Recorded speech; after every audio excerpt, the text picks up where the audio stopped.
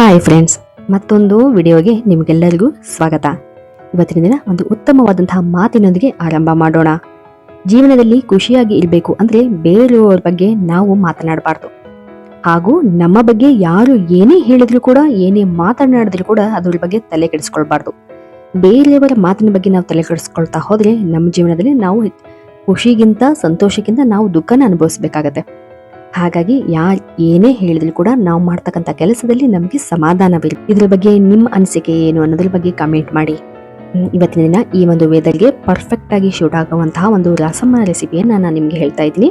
ತುಂಬಾ ಈಸಿಯಾಗಿ ಸಡನ್ ಆಗಿ ಸರಳವಾಗಿ ಮಾಡಬೇಕು ಅಂತಂದ್ರೆ ನೀವು ಈ ಒಂದು ವಿಧಾನವನ್ನ ಟ್ರೈ ಮಾಡಬಹುದು. ಹಾಗೂ ಇದಕ್ಕೆ ಈ ಒಂದು ರಸಮ ರೆಸಿಪಿಗೆ ಹಾಕ್ತಕ್ಕಂಥ ಇಂಗ್ರೀಡಿಯೆಂಟ್ಸ್ ಕೂಡ ತುಂಬಾನೇ ಸಿಂಪಲ್ ಆಗಿದೆ. ಕೆಲವೊಂದು 4-5 ಐಟಮ್ಸ್ಗಳಲ್ಲಿ ನಾವು ಈ ಒಂದು ಸಾಂಬಾರನ್ನ ಮಾಡಬಹುದು. ಹಾಗೂ ಈ ಒಂದು ಸಾಂಬಾರಿಗೆ ನೀವು ಸ್ವಲ್ಪ ಜೀರಿಗೆ ಮತ್ತು ಬೆಳ್ಳುಳ್ಳಿನೇ ಹೆಚ್ಚಾಗಿ ಹಾಕೋದ್ರಿಂದ, ಅದ್ರ ಜೊತೆ ಸ್ವಲ್ಪ ಕರಿಬೇವನ್ನು ಹಾಕೋದ್ರಿಂದ ಇದು ತುಂಬಾನೇ ರುಚಿಯಾಗಿ ನೀಡುತ್ತೆ. ಹಾಗೂ ಮೊದಲು ಈ ಒಂದು ಮಸಾಲಾನ ಇದನ್ನ ಮಿಕ್ಸಿ ಮಾಡಿ ಇಟ್ಕೋಬೇಕು.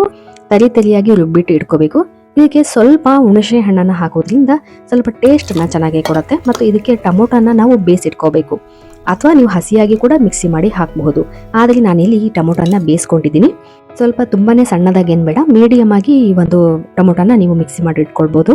ನಂತರ ಒಗ್ಗರಣೆಗೆ ಎಣ್ಣೆಯನ್ನು ಹಾಕ್ಬಿಟ್ಟು ಸಾಸಿವೆಯನ್ನು ಹಾಕಿ, ನಂತರ ಬೇಯಿಸಿ ಮಿಕ್ಸಿ ಮಾಡಿರ್ತಕ್ಕಂಥ ಟೊಮೊಟೊ ರಸವನ್ನ ಹಾಕ್ಬಿಟ್ಟು ಚೆನ್ನಾಗಿ ಕೈ ಆಡ್ಬಿಟ್ಟು, ನಂತರ ಇದ್ರ ಜೊತೆ ಕರಿಬೇವು ಬೆಳ್ಳುಳ್ಳಿ ಮಿಕ್ಸಿ ಮಾಡಿರತಕ್ಕಂತಹ ಒಂದು ಪುಡಿಯನ್ನ ಇದ್ರ ಜೊತೆ ಬೆರೆಸಬೇಕು.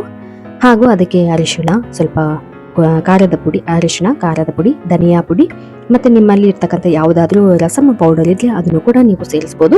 ಇದು ನಿಮ್ಮ ಒಂದು ಸಾಂಬಾರಿಗೆ ಎನ್ಹಾನ್ಸ್ ತುಂಬಾ ಟೇಸ್ಟ್ ಅನ್ನ ಚೆನ್ನಾಗಿ ಕೊಡುತ್ತೆ. ಈ ಒಂದು ರಸಮ್ ಪೌಡರ್ ಅನ್ನ ಸೇರಿಸೋದ್ರಿಂದ ಅದರಿಂದ ಸಿಂಪಲ್ ಆಗಿ ಸರಳವಾಗಿ ಮಾಡ್ಬೋದು. ನೋಡ್ತಾ ಇದ್ದೀರಲ್ಲ, ತುಂಬಾನೇ ಆಕ್ಚುಲಿ ಮಾಡ್ಬೇಕಾದ್ರೆ ಸಾಂಬಾರು ತುಂಬಾನೇ ಮನೆ ತುಂಬಾ ಘಮ ಅಂತ ಇತ್ತು, ಅಷ್ಟು ಚೆನ್ನಾಗಿ ಸ್ಮೆಲ್ ಬರ್ತಾ ಇತ್ತು. ಅದ್ರಲ್ಲೂ ತಿಳಿ ಸಾಂಬಾರು ಊಟ ಮಾಡುವಾಗ ಈ ಒಂದು ವೆದರ್ಗೆ ತುಂಬಾ ಪರ್ಫೆಕ್ಟ್ ಅನ್ನಿಸ್ತಾ ಇತ್ತು. ಈ ಕಡೆ ತುಂಬಾನೇ ಖಾರನೂ ಅಲ್ಲ, ತುಂಬಾ ಸಪ್ಪೇನೂ ಅಲ್ಲ, ಆ ರೀತಿಯಾಗಿ ಟೇಸ್ಟ್ ಬಂದಿತ್ತು. ತುಂಬಾನೇ ಚೆನ್ನಾಗಿತ್ತು. ಸಡನ್ ಆಗಿ ನಮ್ಗೆ ಏನ್ ಮಾಡ್ಬೇಕು ಅಂತ ಗೊತ್ತಾಗ್ತಾ ಇಲ್ಲ ಅಂತಂದಾಗ ನಾವು ಈ ಒಂದು ರಸಮ್ ರೆಸಿಪಿಯನ್ನ ನೀವು ಟ್ರೈ ಮಾಡಬಹುದು. ಇದಕ್ಕೆ ಜಾಸ್ತಿ ಐಟಮ್ಸ್ ಏನು ಬೇಡ, ಸಡನ್ ಆಗಿ ಇದನ್ನ ನೀವು ಮಾಡಬಹುದು, ಯಾರಾದ್ರೂ ಮಾಡಬಹುದು. ನಜ್ಜತೆ ತುಂಬಾನೇ ಟೇಸ್ಟ್ ಆಗಿರುತ್ತೆ.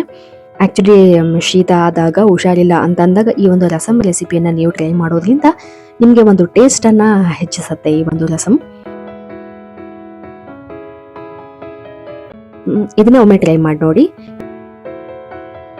ಇನ್ನು ನೆಕ್ಸ್ಟ್ ಪೂಜೆಗೆ ಬಳಸಿರ್ತಕ್ಕಂಥ ಐಟಮ್ಗಳನ್ನ ಕ್ಲೀನ್ ಮಾಡಬೇಕಾಗಿತ್ತು. ವರಮಹಾಲಕ್ಷ್ಮಿ ಪೂಜೆ ಮತ್ತೆ ಹಬ್ಬಕ್ಕೆ ಬಳಸಿರ್ತಕ್ಕಂಥ ಕೆಲವೊಂದು ಐಟಮ್ಗಳನ್ನ ಕ್ಲೀನ್ ಮಾಡಬೇಕಾಗಿತ್ತು. ನಾನು ಆಲ್ರೆಡಿ ಕಳಸಕ್ಕೆ ಇಟ್ಟಿರ್ತಕ್ಕಂತಹ ಕೆಲವೊಂದು ಐಟಮ್ಗಳನ್ನ ಒಂದು ಟೈಮ್ ಕ್ಲೀನ್ ಮಾಡಿದ್ದೆ, ಆದರೆ ಅದನ್ನ ನನಗೆ ವಿಡಿಯೋ ಮಾಡೋದಕ್ಕೆ ಆಗಲಿಲ್ಲ. ಸೊ ಹಾಗಾಗಿ ಇನ್ನು ಕೆಲವೊಂದು ಐಟಮ್ಗಳು ಮಿಕ್ಕಿತ್ತು. ಆ ಎಲ್ಲ ಐಟಮ್ಗಳನ್ನ ಇವತ್ತಿನ ದಿನ ಕ್ಲೀನ್ ಮಾಡೋಣ. ಅದ್ರ ಜೊತೆ ನಿಮಗೆ ಈ ಒಂದು ಟಿಪ್ಸ್ ಅನ್ನ ಶೇರ್ ಮಾಡ್ಕೊಳ್ಳೋಣ ಅಂತ ಹೇಳ್ಬಿಟ್ಟು ಈ ಒಂದು ವಿಡಿಯೋ ಮಾಡಿದ್ದೀನಿ. ಈ ರೀತಿಯಾಗಿ ಕಲೆಗಳು ಪೂಜೆ ಮಾಡಿದಾಗ ದೇವರ ಐಟಮ್ಗಳು ತುಂಬಾನೇ ಕಲೆ ಆಗಿರುತ್ತೆ. ಅದನ್ನ ಯಾವ ರೀತಿಯಾಗಿ ಸರಳವಾಗಿ ನಾವು ಕ್ಲೀನ್ ಮಾಡಬಹುದು ಅನ್ನೋದಾದ್ರೆ, ಮೊದಲು ನಿಮ್ಮ ಮನೆಯಲ್ಲಿ ಇರ್ತಕ್ಕಂಥ ಯಾವುದಾದ್ರೂ ಒಂದು ಸಬೀನ ಪೌಡರ್ ಅನ್ನ ತೆಗೆದುಕೊಳ್ಳಿ.